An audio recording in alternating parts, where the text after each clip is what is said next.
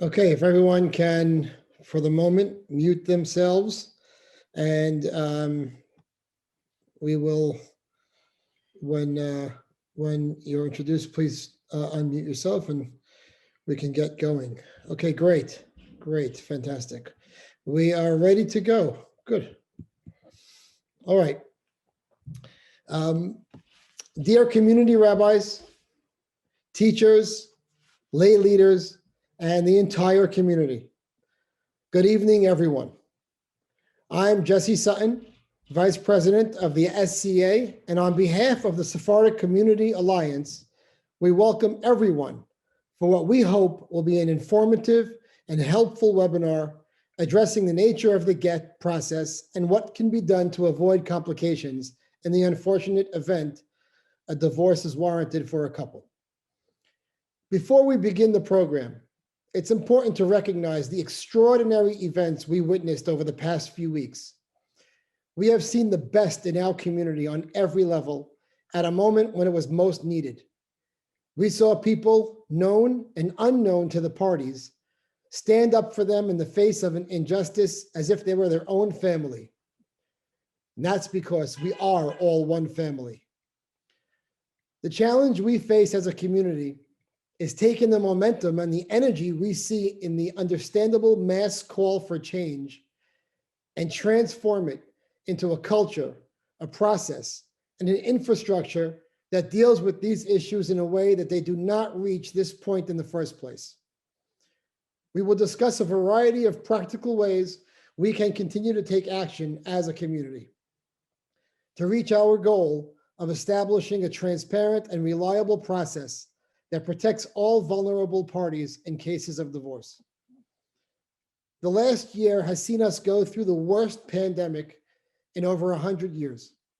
The world battled this virus on three fronts and continues to battle it. One, education on prevention. In other words, how to not get sick in the first place, like masks and social distancing. Then there's treatment. What is the most effective ways to help a person if they get sick?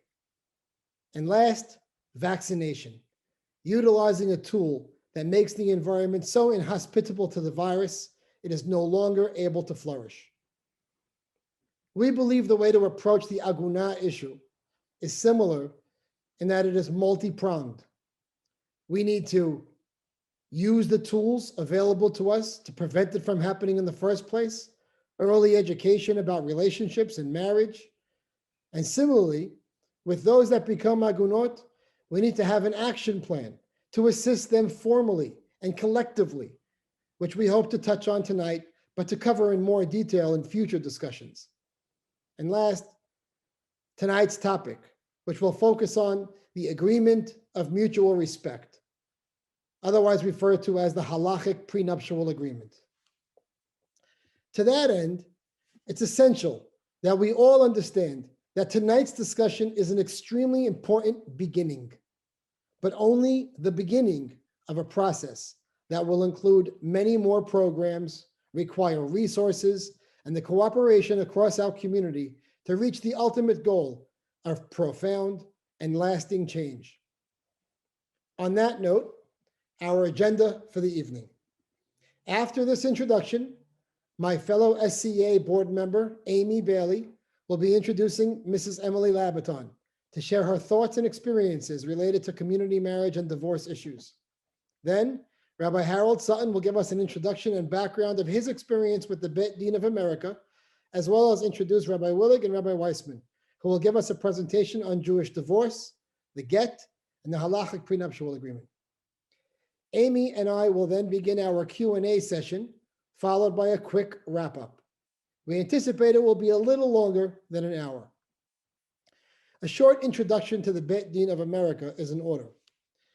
Since its inception over 50 years ago, the Bet Din of America has been recognized as one of the nation's preeminent rabbinic courts. It serves the Jewish community of North America as a forum for arbitrating disputes through the Din Torah process, obtaining Jewish divorces, and confirming Jewish personal status issues. Firmly anchored in the principles of halakha, Jewish law, the Bet Din has earned a reputation for conducting its affairs with confidentiality, competence, fairness, and integrity. It provides a modern forum that interfaces effectively with contemporary society in a professional, efficient, and user-friendly manner. The Bet Din has thereby earned the confidence of Jews across the ideological spectrum. Rabbi Mordechai Willig is the Sagan Av Bet Din of the Bet Din of America.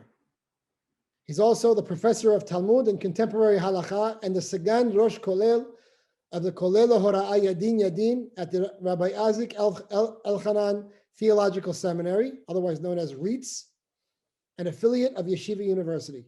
Since 1974, he has been the rabbi at the Young Israel of Riverdale in Riverdale, New York. Rabbi Willig is an authority in Jewish law with particular expertise in Jewish divorce and Bet Din matters. Rabbi Willig has been the halachic force behind the Rabbinical Council of America prenuptial agreement, which was published approximately 25 years ago. Halachic prenup is accepted by many poskim in Israel, such as Rav Asher Weiss, the late Chacham Ovadia Yosef, alav shalom, and in the United States, Rav Gedalia Dov Schwartz and Rav Herschel Schachter, and many others. A full list can be found on the Bet Din of America website. Rabbi Shlomo Wiessmann is the Menahel, or the director of the Bet Din of America. Rabbi Wiessmann received rabbinical ordination from REITS in 2001 and advanced rabbinical ordination in 2014. He is a graduate of Columbia Law School, where he was a Harlan Fiske Stone Scholar. Prior to his association with the Bet Din of America, Rabbi Wiessmann worked as an attorney at several prominent law firms. In addition to managing the operations of the Bet Din of America, Rabbi Wiessmann serves as a frequent arbitrator, or dayan, and mediator of cases before the Bet Din. He also lectures widely about the interface of Jewish and secular law, especially as it relates to the rabbinical court arbitration, and is an adjunct professor at the Cy Sims School of Business at Yeshiva University. So without further ado, Aimee? Thank you, Jesse. It's my honor to introduce Mrs. Emily Labaton, my teacher, my guide, my friend. Mrs. Labaton's care for every soul she encounters is palpable. Together with her husband, Rabbi Ezra Labaton, alav shalom, she has taught and continues to teach and model the importance of recognizing and caring for the Tselem Elokim, the divine image within every individual. With 40 years experience teaching and supporting our community families, often at most vulnerable times in their lives, as well as supporting families all over the Jewish world, Mrs. Labaton is someone that can speak intimately on both the halachic and psychological and emotional aspects of the Gett process. Mrs. Labaton?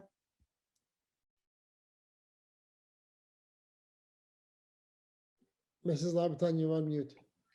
Over the past week, we, thousands of us, have become firsthand witnesses, even I would say first responders, to a cruel drama in our community. We learned the details, the anguish, the abuse of women who have been denied gittin, Jewish divorces, for inexcusable lengths of time. We call these women mesuravot Gett, or sometimes agunot, anchored ones, since they are anchored like a ship, not to safe harbor, but in the middle of an ocean, unable to return to stable shores. For many in the community, it was the first confrontation with this injustice, and it quickly became personal. The images came into our homes, our schools, our chats, our Shabbat tables. We all felt, this could be me. This could be my daughter, my granddaughter, my sister, my friend. And it turned out that actually we had friends who had been living with this secret, unable to share or receive support. Also painfully, we asked ourselves even, could it ever be my son who somehow could come to perpetrate this? And we all felt, this is my community. How can it be possible that women are in such pain? The response of the community beyond the protests has been soul-searching and probing. Sadness, outrage that such terrible abuse can be happening before our eyes. Deep confusion about the Jewish issues. How can it be that such unfairness can happen in the context of Torah? We should all be proud of these reactions and these questions. It reflects deep humanity and also a desire for integrity and consistency in our religious lives. We have a long history of hiding these issues behind closed doors, keeping them secret lest they infiltrate our families. This approach renders us all vulnerable to abuse, and it leaves our Torah vulnerable to manipulation. Whether we like it or not, as of this week, divorce is no longer a taboo topic in our community. And here is the truth. Conversations about divorce do not lead to more divorce. They lead to more compassionate, more healthy divorces, and ultimately to better marriages and a kinder community. This is the reason we are here tonight. Tonight is the beginning of an honest, compassionate, fair conversation about divorce in the Jewish community. It is the beginning of a project which will take not one evening, not one protest, not even a number of heroic rescues of women. It's a journey into Torah education and transparency, which will lead to a shift of attitudes and practices around divorce in our community. I wish that I could speak clearly about how to rescue the many women who have not yet received their Gett, who by definition are victims of abuse. But tonight we will go straight to the underlying issues, and we will lay, with God's help, the groundwork for preventing this type of abuse in the future. Divorce is a mitzvah from the Torah, one of the 613, D'Oraita. It's a Torah's recognition that life is not perfect. People make wrong choices. People change. Life changes. Torah recognizes that a dysfunctional marriage causes pain and suffering and considers it a mitzvah to end it properly. And this distinguishes us, as you know, from certain other religions. One of the stated goals of a Gett is to allow the couple to remarry new people and to restart their lives. A Gett ultimately is an expression of how much Torah values marriage and the Torah's confidence in the human capacity to be resilient and rebuild. Just as a wedding ceremony is a halachically complex proceeding, the Gett as well is a meticulously administered and a very solemn moment. But there is nothing about the mitzvah of Gett that implies punishment or sanctioning or shaming. There are underlying aspects of the Gett that have made it vulnerable to corruption, and that vulnerability has resulted in pain. The most extreme manifestation of this are the cases that have been so public this week. But we also need to address the systemic, more socially ingrained, much more frequent expression of the potential imbalances that have really entered our world in modern times to a degree. In our community, there has developed an explicit practice of using the Gett as an instrument in divorce negotiations. This is sometimes even condoned by rabbis and encouraged by family for whom it is just too tempting a tool in the context of extremely litigious divorce culture. This leaves women disempowered and in a state of constant fear during the course of a divorce. The Gett is allowed to hover over the process, impacting every decision and every calculus. It has left families with inappropriate custody arrangements and with insufficient support. This is a hidden and painful dynamic, even when divorces are viewed on the surface and in public as successful. This is unacceptable for many reasons, but essentially, it exploits a sacred halacha and subverts the goal of the mitzvah of Gett. Our rabbis identified this challenge thousands of years ago in the Gemara. Depending on the political and social context of Jewish communities, they have created halachic interventions to correct the imbalance. Tonight, we have the incredible and almost unprecedented opportunity to hear about these interventions and a new intervention from three world-renowned experts, pioneers in the arena of halachic divorce.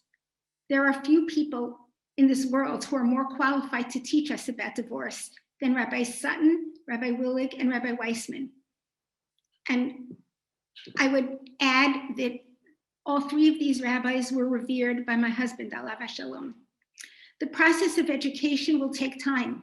For each and every community member, Please use this event as an opportunity to learn more. Approach your rabbis, your teachers, with questions and concerns.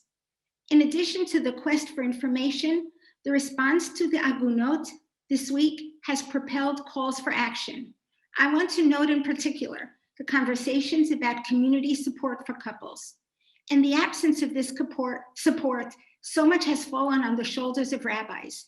It is time to create a network of women and men who are trained to support couples going through divorce. Divorce is a unique trauma, a loss. It is excruciatingly lonely.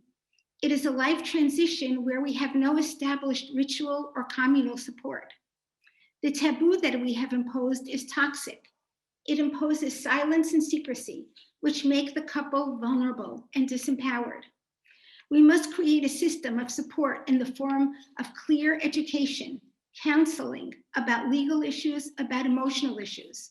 We must address the mental health issues, how to rebuild, how to be separate and independent, how to co-parent in joint custody.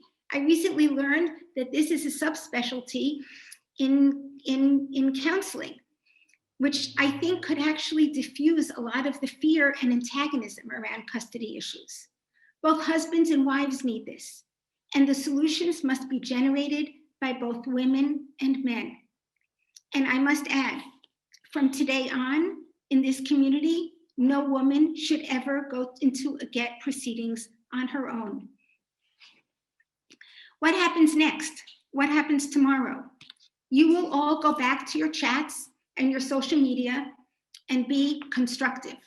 You will make plans to educate yourselves, to talk to the many SCA rabbis in your shuls and schools who have already started to talk publicly about these issues and give classes. They welcome your questions. Reach out to them. If you are planning to get married soon, ask your rabbis about a prenup. Some of you will galvanize to create institutional support for the many challenges of divorce. But each and every one of us will think in new ways about relationships, about marriage, about divorce, and about the people in our lives who have gone through this. It is Pesach. We had Rosh Chodesh Nisan. It's Aviv, it's Chag HaAviv. It's a time of renewal, rebuilding, resilience, a time of prayers for all the women who need our help, and rebuilding and restructuring and organizing our community around these issues.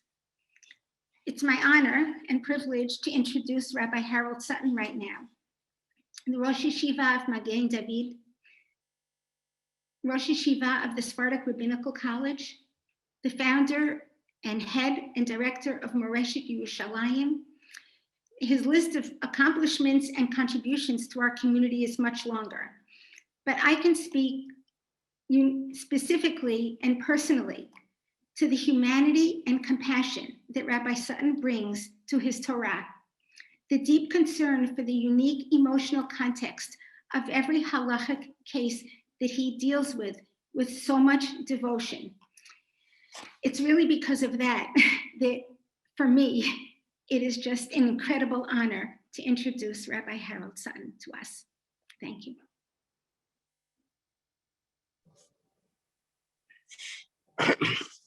Thank you, Emily. When we look and talk about this topic, for so many years, Gett was a taboo topic. When we grew up, I think I didn't know what the word meant until I was close to high school. It was undiscussed. And as we see, the world has changed. I'd like to point out, nobody wants to encourage divorce. Nobody wants to get into a relationship to get the divorce. Divorce is a situation where all the participants never thought or wanted to be in that situation. But nevertheless, as difficult of a topic as it is equally important. The Torah pioneered the discussion of Gittin. It is, prior to that, not found in any culture or any society. And the Torah vigorously, with great and courageously, teaches us the dinim of Gittin. And the Torah tells us, Ki ish isha uv'ala v'ayayim lo timsahin be'enav ki matza ba'ervat davar v'chatev la'sefer kiritut. He will write a bill of separation, bill of divorce, what we call a get. V'natan biyada. He will put it into her hands. V'shilha mibeto. He will send her away from his home.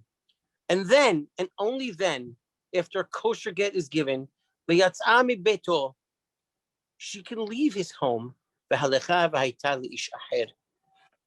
she will be to another man. Within the law of Gittin, as we learned from those actual psukim, there are some rigorous halachot. The law of a get is that it is given at the man's will. From the Torah, it is given even against the woman's will. The woman cannot marry until she receives that get. In the words of our Hakamim, she is chained. There is no law in the Torah that concerned the Hakamim more than a chained woman. The Hakamim made exception after exception, including even how many edim you need to witness and testify to free a woman. The Hakamim's compassion and love and care in this situation permeates daf after daf of discussion of this topic. It is important to understand that in the very spirit of those Hakamim, we must continue with that same fervor and compassion. It's often said, but the Torah places the decision in the hands of the man, and that is true.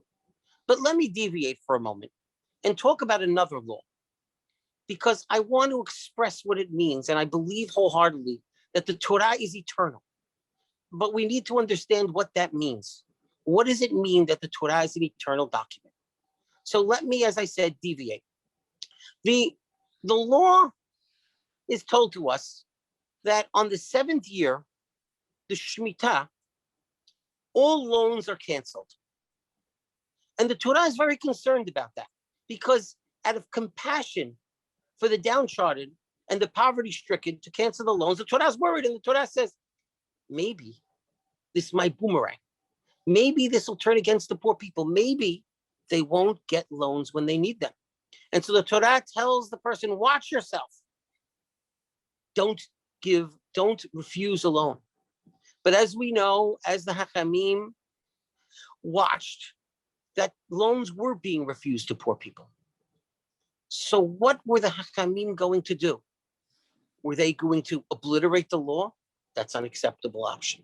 Were they going to ignore and just let the law just have the ramifications that they did without providing any remedy?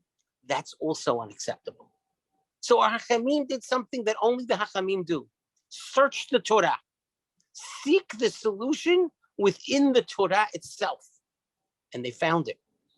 The law is that if a person is Moser Shtotav the Beit Din, hands his documents over for collection to a Beit Din from the Torah, Shemitah doesn't apply. So the great Hillel used that law and wrote a prusbul in which that solution enabled a person to collect his loan even through the Shemitah, thereby seemingly undermining the very law of the Torah. But by actually operating within the law of the Torah, that's what helped make the Torah eternal. Our Hachamim felt that the eternity of the Torah is that it's given, it's a responsibility. As we're told, as our Hachamim say in the Gemara, Nitzhoni banai, alternatively could translate, they made me eternal. And that is part of what our Hachamim do. The Beit Din of America is, as we so needs no introduction, it's been one of the gold standards of Batei Din in the world, known and accepted throughout the world, including the Beit Din in Eretz Israel. And I've spoken to many Dayanim in Eretz Israel who view the Beit Din of America as someone that they can always rely on. But it's more than that. They're not just the top Beit Din in the country. They're also a Beit Din that have been involved for the last decade or more quietly within our community, solving cases after cases. It's been my pleasure to work with them and sitting on cases for the last 3 or 4 years and watching and using their expertise. But it's not only that. There are dayanim in our community who sit on Batei Din today, who've actually been trained and have actually done their internship work through the Beit Din of America, and they've established Batei Din that are operating in our own community. Their connection to the Sephardic community is deep-rooted, and it is something that we are forever indebted to them. In a few moments, you will be presented with potential solutions and discussions to this situation that is called the Mesurevet Gett or the Aguna. This is the famous prenuptial agreement. As it affects our community, I'd like to make mention that over the past few years, I began somewhat skeptical, somewhat questioning, and I've studied the issue many times, looking within the sources. And I've actually read the words of our great and most honored, cherished leader, Rabbi Yosef Alav Shalom. And I've come to the realization that not only does the prenup work within halakha, not only was it sanctioned by the greatest posek Sephardic Jewry has ever seen in the past few hundred years, but it actually is endorsed by many Sephardic rabbis today. Rabbi, my teacher and mentor, Rabbi Shimon Aluf, asked me personally to say tonight that it is a solution that he views as 100% halachically correct, without any issues of get me'useh, a forced get that is not to be considered that. There is no question of its viability and legally in halakha, as well as many other Sephardic teachers in light and in the spirit of our great teacher, the decider of all main halakha for Sephardic Jewry, Hacham Ovadia Yosef. It is now my honor and pleasure to actually call upon one of the great poskim of our generation, a rabbi who, as you said, needs no introduction, a rabbi who's written extensively on so many areas of halakha today, and most specifically has been a pioneer in the area of Gittin and freeing chained women. It is my honor now to introduce to us Rabbi Mordechai Willig. Thank you very much. I would like to first recognize the distinguished panelists who have done so much for our community. Give you a little background into the involvement that I've had for a little over 30 years in this particular situation. It all began, as most things begin, with the case of my own community in Young Israel of Riverdale, and with my students who were with me. It happened Masechet Gittin exactly 30 years ago. We were trying to find solutions to this thorny and seemingly intractable problem. We turned to the great Gedolim, primarily in Eretz Israel. One of them, the recently deceased Rav Zalman Nechemia Goldberg, Zeichet Tzadik Levracha. He is the son-in-law of the famous Rabbi Shlomo Zalman Auerbach, one of the Gedolei Hador. And he had a connection to people in our yeshiva. And he had a suggestion which was printed 2 years previous in a periodical called Moriah. And I called him and spoke with him on many occasions. I even corresponded with him about how that might be implemented in real life. And so I traveled to the Holy Land and spoke with him. He said to me, if you want to make a tikkun for a klal, for a community at large, you cannot rely on just one rabbi. You must go and seek advice from an additional rabbi. And he sent me to a rabbi tzimbalist, Shalita of the Rabbanut in Tel Aviv. I went to visit him. He had a bit of a different kind of a solution. I was fearful that after all these months of work, I could not get the two to agree. But Rabbi Goldberg, aside from being a great chacham, is also a great anav and tzaddik. And without hesitation, he said, we'll do it the way that our symbolist has suggested. It turns out that's more or less mirrors a solution which was already offered and implemented hundreds of years ago. But then I wanted to make sure that this would have the support of the widest possible community. So I approached Chacham Avadi Yosef, Zecher Tzadik Livracha, and asked him to lend his name as well, which he kindly did. And he signed on to the first version of the prenuptial agreement, which was actually after a period of, I would say, over a year and a half, was finalized. The date is signed by Rabbi Avad Yosef in his own beautiful handwriting. It was Shvat Tafshin Nun Bet. We're talking about over 29 years ago. Of course, from a brief Hebrew language version to the English version, which would have to be used in America, which would be legally as well as halachically binding, took a while, but not that long. We went into business in 1992 with this prenuptial agreement. Went through a whole battery of attorneys here in the United States of America, Orthodox attorneys, and we went to work. And it received additional support from Rabbi Schwartz Zatzal, also Rabbi Liebes, Rabbi Yitzchak Liebes Zatzal, who was a tremendous Talmid Chacham, originally from Europe, later from the Bronx and from Borough Park, for the Igud HaRabbanim. And he also signed on. So we had 5 rabbis initially upon whom we could count. And it's important to realize you don't do things for a community without a significant number of first-class poskim, which is exactly what we did. And ever since then, it's gathered support, as was mentioned before. Rabbi Shechter Shalita, Rav Asher Weiss in Eretz Yisrael, in Yerushalayim, wrote a beautiful haskama, somewhat more recently, about, I would say now it's already quite a number of years ago. I believe 13 years ago, when he wrote us his haskama.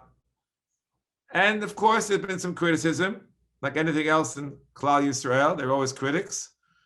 But we are unfazed by the criticism because we realize that we have the great poskim behind this prenuptial agreement.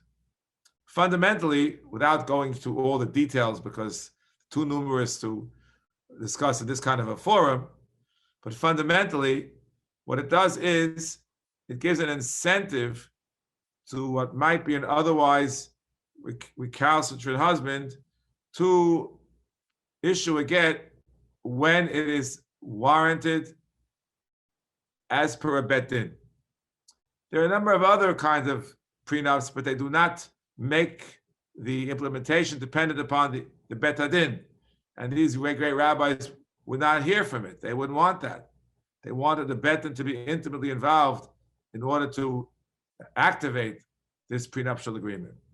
And therefore it says that if a couple is no longer lives together, the husband is obligated X dollars per day, which of course is true in most situations, even without this agreement. Sherak sutav onatal lo yigra is a pasuk we read not long ago.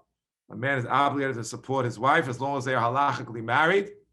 But there can be certain exceptions, certain holes, which this prenup closes those holes and makes it absolutely mandatory unless the Bet Hadin rules and says you are no longer obligated to give this support to your halachically married wife with whom you're no longer living together. And why would a Bet Din do that? A Bet Din would do that in a situation in which the husband is very willing and able to come to the Bet Hadin to adjudicate the issues before them. But the wife, in turn, says, no, I refuse to come. I refuse to obey the decision or the recommendation of the Bet Hadin.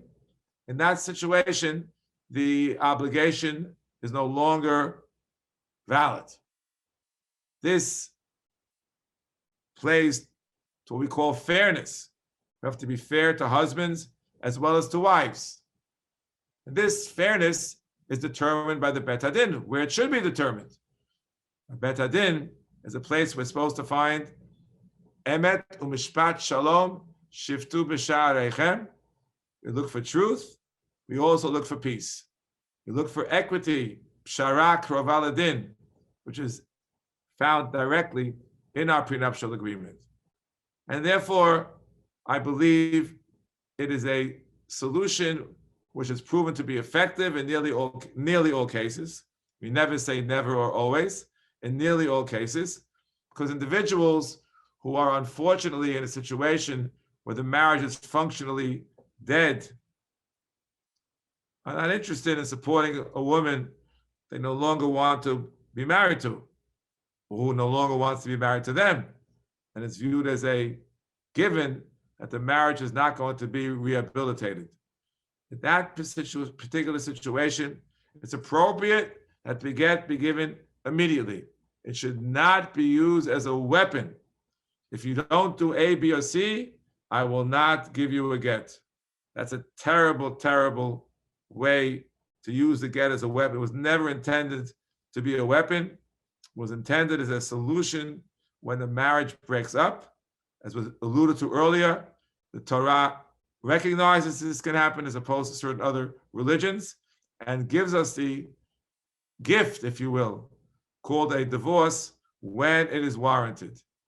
And while we can never predict the future, my position and that of many of my rabbinical colleagues is that the prenuptial agreement should be signed by every single couple when they are getting married, just to make sure that in the one case in, you fill in the number, that a divorce could happen, that there be no use of the divorce of the get as a weapon. And it's not only to protect the women from being agunot, it's to protect the men from being me'aginim.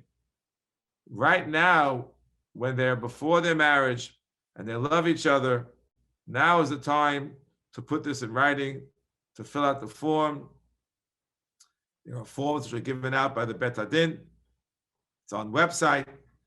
You fill it out. You can get instructions on how to fill it out. There are some choices into how wide and broad the jurisdiction of the Bet Hadin is in any given case. It seems to me that the broadest jurisdiction given to the Bet Hadin is the safest way to go, because we believe that Bet Hadin is the right place to be, not arkaot, not secular courts. And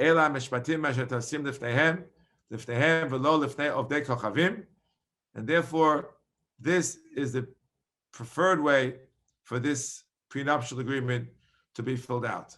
Of course, there may be questions that you have. You can ask an attorney, you can ask a Rav. We're very transparent. We're not trying to hide anything. It's all in simple English. And I believe that the more widespread this prenuptial agreement becomes, the further along we'll be in helping to prevent, as we heard from our chairman, the situation of aguna before it starts. It's always better to prevent it before it starts rather than to try to solve it after it's become very adversarial and often vicious, even spiteful sometimes. It's very, very big problem, and we have to try to do what we can to solve it. I must tell you how heartened I am by the recent activism of the community at large to try to some of these intractable problems which have spanned 10 years, 17 years. It's a wonderful thing. From the very beginning of my involvement in this difficult situation, I have championed community involvement. Community involvement means that rabbis can't do everything. Rabbis have to understand that they are not all powerful. They are not in charge of the whole world. Without going into the whole history, the Igun problem has become greater for two historical reasons. One, the unfortunate explosion of the incidence of divorce in our community. We heard earlier that divorce was a taboo, and people never heard what a get was a generation or two ago. Well, that was because situations of divorce were so few and far between. I remember as a youngster in a community of 400 members, there was one individual who was divorced and people were whispering about it. Today, unfortunately, it's much more prevalent. That's reason number one. Reason number two is that the Rabbanim no longer have the ability to control the situation as they had in previous generations, where there was a Bet Din Shel Kol HaKehillah. This was true in both Sephardic and Ashkenazic lands, where there was a Rav and a Bet Hadin, which was in charge of the entire community, often with the backing of the local governments, so they could impose their decisions on individuals. I'm very careful to say their decisions. There are those who feel that Rabbanim could just force someone to give a get. That's not true. That's what's called the get me'useh shelo kedin. A forced get, which is done improperly, renders the get invalid, pasul, batel even, in some cases, by Torah law, invalid. However, there's certain measures which can be brought to bear by an organized rabbinate, which can help alleviate these situations.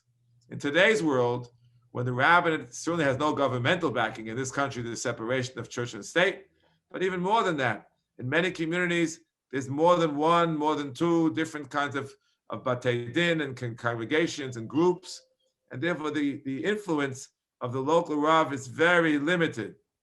I must say that in the community that I'm addressing this evening, I've seen for many years, but in particular in the recent few days and weeks, tremendous community support and organization, which is laudable. And I compliment you on what you have done already in this brief period of time, and say to you, Chazak u'Baruch, and wish you bracha v'hatzlacha as you go forward in your wonderful efforts to solve this very difficult problem. Thank you very much. Thank you, Rabbi Willig. Rabbi Wiessmann? Thank you. Thank you, Jesse. First of all, I want to just take a brief moment to thank Jesse and Aimee and the SCA for putting this together. This is the right kind of forum at the right time. And I'm grateful that you invited me to speak and that you are continuing to enhance the relationship between the Beth Din of America and the Syrian community and the SCA. It's something I'm very grateful for. I just want to take a moment or two. I don't want to take too much time because I know there are a lot of questions and we want to get to the question and answer point. But just to give you a little bit of context and background about the work of the Beth Din of America in this area. We handle about 300 divorce files a year at the Beth Din of America. And I would estimate that about 15 to 20% of that number involves some level of reluctance, let's call it, where we have to get involved and send a hazmana or send a number of hazmanot, summonses to come and participate in the get process. And then a smaller number each year involve actual recalcitrants. What we do is we follow through after we send hazmanot, and in a number of cases where appropriate, where after great effort at peaceful resolution, we'll issue seiruvin, which are documents that formally declare recalcitrants, formally indicate to the community, signal to the community that this is an individual who is not properly participating in the get process. Most notably, when it comes to the work of the Beth Din of America, we promulgate the prenup, the prenuptial agreement that we've been talking about this evening that was developed by Rabbi Willig and others 25 years ago. And we serve at the Beth Din of America as the platform for adjudicating the cases that arise under the prenup. And I can't tell you personally, anecdotally, I could tell you from my perspective, from the seat in which I sit, where I see the cases coming in and I see the speed at which cases are resolved, the drastic and dramatic difference between a case where a prenup has been signed on the one hand and cases, unfortunately, where a prenup has not been signed. When a prenup has not been signed, there's all sorts of noise that could happen. There are all sorts of hurdles that need to be overcome. It becomes very challenging to move a case forward. When a prenup's been signed, as we've heard, the prenup essentially contains two components. First of all, it contains an arbitration provision that designates the Beth Din of America as the forum for resolving issues relating to the Gett, and it contains a support obligation. The husband agrees to support the wife at $150 per day in the standard version. In the reciprocal version, it works both ways, and that ensures or provides a clear incentive for the timely delivery of a Gett. When we send out a hazmana and attach a copy of the prenup, sometimes there'll still be some reluctance. Sometimes we'll encounter some recalcitrance. But when I get on the phone with a spouse who's signed a prenup and I explain what the ramifications are, the road he or she has ahead of them where a prenup has been signed, that usually does the trick, and it leads fairly quickly to arranging a Gett. In more difficult cases, we've had to convene panels and adjudicate cases involving the prenup. But even those situations, the existence of the prenup, the ability of the rabbis, of the dayanim, to enact the support provision and provide an incentive for the giving of a Gett works seamlessly in many, many cases. I want to make one more point, and that is that I could tell you from the community that is, I guess, has most directly embraced the prenup over the last 25 years, the modern Orthodox community, the community affiliated with the Rabbinical Council of America, with the OU, with Shiva University.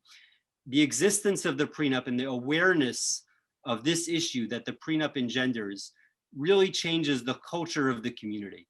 It ensures that there's an expectation that when couples get divorced in our community, it's not so much of a question as to when the Gett will be given or whether a Gett will be given. It's pretty much expected that especially because the prenup directs the Gett rather early in the process, that's what's going to happen. That's resulted in a dramatic decrease of Aguna cases within the communities that have adopted the prenup, and it's really changed the tone of the conversation. And my hope is, as the events of the last several days, weeks, have raised awareness within the Syrian Jewish community, within the broader Jewish community about this issue, and will hopefully lead to broader adoption of the prenup. It will bring about a sea change in the culture of the wider North American Jewish community, so that we could hopefully put this problem behind us and hopefully lead to more seamless resolution of divorce cases within the entire North American Jewish community. I want to just close with one very important and exciting announcement, so to speak, and that is that, as Rabbi Sutton mentioned, for the past number of years, he has served as a dayan at the Beth Din of America, sitting on cases.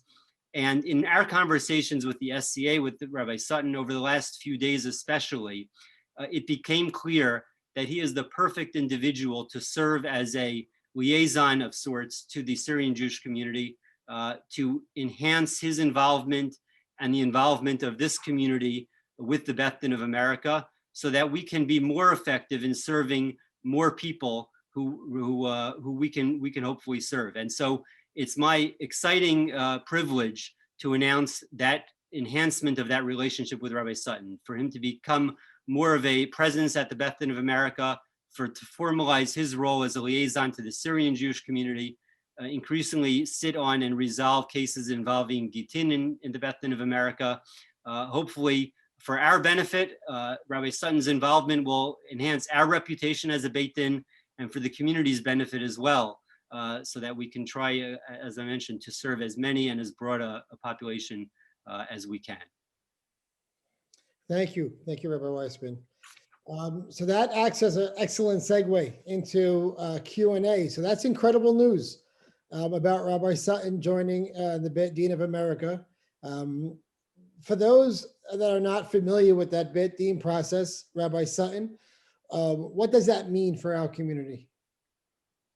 So what that means really is a multiple amount of things. It's of course can involve the resolution of Gittin, as we heard, and potentially help us solve the Aguna crisis. But it also puts at our disposal one of the strongest and foremost Batei Din in the country, with some of the most experienced Dayanim, as well as professionals that can help us resolve a whole gamut of cases, not just cases of Gittin, but they have expertise throughout all areas of Even Ha'ez and Hoshim Shpat, which involve matrimonial disputes, which involve monetary situations, civil cases, and in reality, the ability also, which is extremely important, to resolve cases before they erupt and help really manage those crises. So we really will be able to have at our disposal an amazing group of dayanim, an amazing group of professionals that will help us resolve situations that have had so much experience. And I want to say again, this is not new. It's just been a little bit quieter. Like I said, many dayanim have been trained in the Bet Din of America here. And I'm very excited that we're going to be able to partner with them moving forward. Thank you, Rabbi Sutton. The next question is for Mrs. Labaton. Mrs. Labaton, if a woman feels she needs to start the divorce process, what is the right way for her to go about it? Many times women are told the Gett is a package deal with the civil divorce. Can we set the record straight?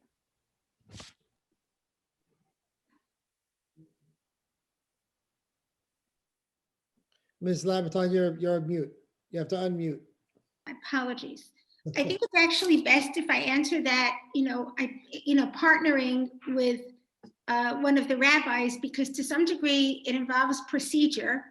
But first of all, I think the point is for everybody to understand that using the language of a package deal is not appropriate. That nobody should tell a woman that the deal that she has to enter, that the way for her to get the Gett is to submit or to give up, any other parts of a divorce settlement. So I think the first thing to do, is to, go to the Beit Din. I think the Beit Din of America is the right address. And my understanding, but I'm not sure exactly how the practically the process works, and maybe Rabbi Wiessmann can jump in here, is they will direct I think they direct the exact timing of the Gett and where it fits into the legal negotiations.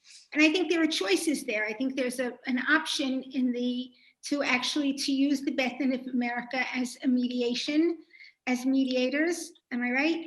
And otherwise, how the Gett fits into the schedule of divorce negotiations. But the most important thing is not to think of it as a package deal. In other words, the Gett is separate. The Gett is a religious obligation of the husband to the wife at the point at which it's clear to both parties that the marriage should be ended. And that's a decision that the couple makes, hopefully together, right? It's not a decision that anybody else should make for them, right? There's a role for counseling, of course, that happens even earlier, hopefully much earlier, when the red flags of difficulty arise in the marriage. And we've been speaking recently a lot about this, about education around marriage and educating couples and families and communities, support systems about those red flags, and being attentive to when there's a need for marriage counseling. because the earlier that starts, we know that for sure that has to be started very early in order for it to be successful. But when the time comes that a couple decides the marriage should be over, and to me, that's the point where the get should be initiated. But I think Rabbi Wiessmann can speak to exactly how he advises couples when they come to the Beth Din. Yeah, if you want to, I'll chime in just briefly. I would say this, all else being equal, the preference of the Beth Din of America is that the get be given earlier rather than later in the process. That's important because it eliminates it as a tool for improper negotiation leverage. We at the same time recognize that cases are complex. And that's to say that there is not an absolute formula that applies to every case. There are many cases where we will adjudicate that very issue, the timing of the get. There's a dispute between the parties as to when the get should be given. And so we set up a Beit Din. Frequently, Rabbi Willig will serve as one of the dayanim on such a hearing. We call them get timing hearings. And we will adjudicate the issue of the appropriate timing for a get. That's I think, in a nutshell, how we handle the issue. Thank you, Rabbi Wiessmann. So this is a question for Rabbi Willig and Rabbi Wiessmann. What happens when the man leaves the path of Torah and Mitzvot, or vice versa? Is there anything that automatically defaults his position of holding that get? That was a question. A very, very good question. We view the get as a civil responsibility, ben adam lachavero, whether a person is now at the present time shomer Shabbat, kashrut, is irrelevant. He has an obligation, a responsibility to give a get to his wife. So to a woman, if she has left Torah and Mitzvot, as sometimes happens, she has a responsibility to receive a get. Remember, there is a possibility of a man being, if you will, an agun. If his wife refuses to take the get, there is a complex solution called heter rabbanim, which even Sfaradim have to go through now in many situations, Ashkenazim for sure. And we try to avoid that by saying to every man and to every woman, if the marriage is over, you owe it to your spouse. You may want to call them your ex-spouse, but halakhi, it's your present spouse, to end the relationship properly and appropriately. Certainly the prenup makes no distinction between the level of religiosity of the individual at hand. It is, however, correct that some of the recent activism that I complimented earlier has a greater effect towards an individual who still views himself or herself as part of the community, and therefore what we might call the pressure of the publicity will have a better and stronger impact on such an individual, as opposed to someone who's left the community who doesn't really care what the Orthodox community thinks so much about this individual. So that is true. But in terms of the strict legalistic perspective, there's no difference whatsoever. Thank you very much. Thank you, Rabbi Willik. This question is for Rabbi Sutton. As you guys can imagine, we've gotten tons and tons of questions on solutions there are along with the prenup. There's a long list. Any validity to an edict, a takana, an annulment of the marriage, a preemptive get, control of the get removed. Are any of these solutions that we can implement? So let me give a moment of background, if I may. As was the rabbis would mention, the get me'useh, a forced get, is invalid al pi halacha. Now, what does that mean, a forced get? This will put, I don't know if I can address every single one of those options, but I'd like to give the general rule and maybe we can help us address some of them. A forced get, right, which the husband has to give the get willingly. There are certain very limited exceptions where we can force a get, and those are spelled out in the Shulchan Aruch and the Rambam and in the Halakha based on the Gemara. But barring those situations where men must give a get, in which we're allowed to force a get, a forced get is prohibited. We're not allowed to force the husband to give a get. And there are major debates in terms of what constitutes a forced get? And some of the questions are, what if the husband enters into voluntary arrangements to find himself, so to speak? And some poskim say that's kofet, that's small, it's permitted. The Rama brings down that is also a forced get, accepting upon himself fines. However, what seemingly all the poskim seem to agree is that if he has, as in the prenup that Rabbi Willig presented, if he has an obligation, irrespective of the get, which is bimzonot, to actually support his family, and that is something that the Beit Din enforces, and removing that obligation through the get, that is not considered kfiyah or enforcement. And so therefore we have to be quite careful when we deal with options. There is what's called in halakha kfiyah de rabbinutam, which is certain things that Maran, that Rama actually brings down, which are the removal of basic privileges of entering into a society. This is performed in the Rabbanut Harashit in Israel very often, the removal of travel, the removal of passports, there's shuvot about that, the removal of driver's licenses, and all sorts of privileges that are given to an individual. By and large, that's not considered a forced get. That is a standard practice. We've been asked also some protesting and the embarrassment, is that considered a forced get? Clearly, that's not a forced get. A person is still involved in his full choice. So therefore, we need to understand those principles in terms of what is a forced get, what is not a forced get, and where that and where does that line drawn. With some of the cases that you brought, we do not, for example, today, although it was a solution that was once brought down, to write a get and leave it there early on and decide whether it's going to be given later or not. That's not considered a viable solution today because that still has controversy.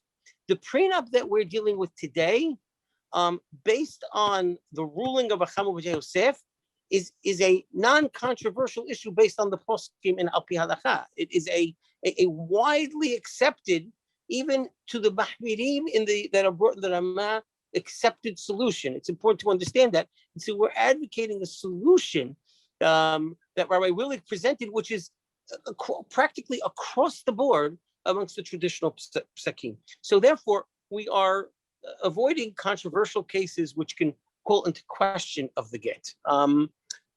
We do use communal pressure.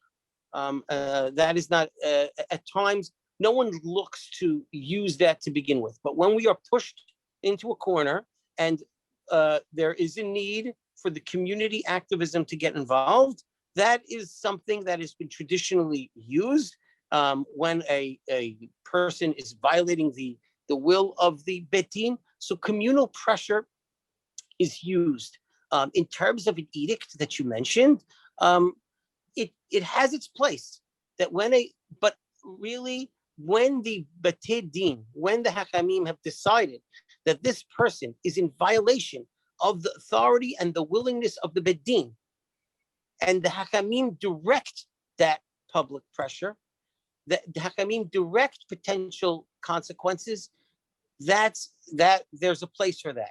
There is no place for anarchic mob rule. There's no place for edicts to just assume that the husband is always wrong, and therefore, if he didn't give a get at a certain time, then he must be wrong. We need to have a partnership with the Hachamim, with the rabbinical leadership, as well as with the people, the lay leadership, and the activism that is so powerful and that can accomplish so much. With that correct partnership and leadership, then we can actually help make this problem historical. But again, we need to have that partnership. It's important that everything goes smoothly that way. Thank you, Rabbi. Rabbi Wiessmann, and I guess Rabbi Willig as well, two-part question here. We didn't really discuss the post-nuptial agreement. We alluded to it. What's the reasoning behind doing a post-nuptial agreement?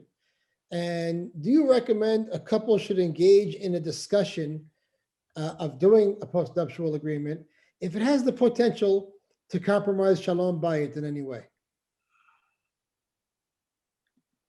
Rabbi Willig? A stitch in time saves nine. We believe that a prenuptial agreement is better on all levels, on the legal level, on the halachic level, on the psychological level.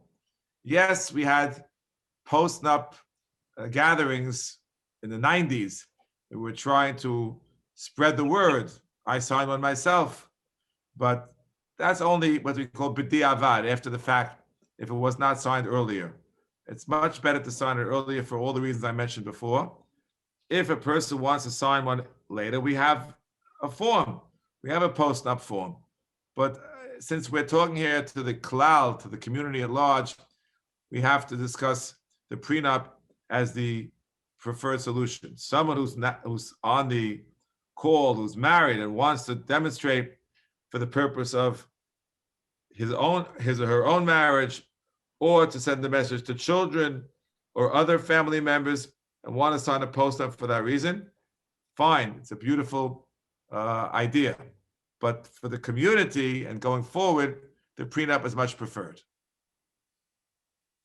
Thank you, Rabbi. Jesse? Yes, Ms. Labaton. Along the lines of what Rabbi Willik said, I think the idea that has been raised about the post-nup right now was an attempt, you might say that in the Syrian community, we're sort of like where your community was in the 90s, right? And I think there's a feeling that there's a need to normalize it in the community and to, make it clear to everybody that this is, that everybody is on board with it. So I think that's the context in the community now. Okay. Thanks, Emily.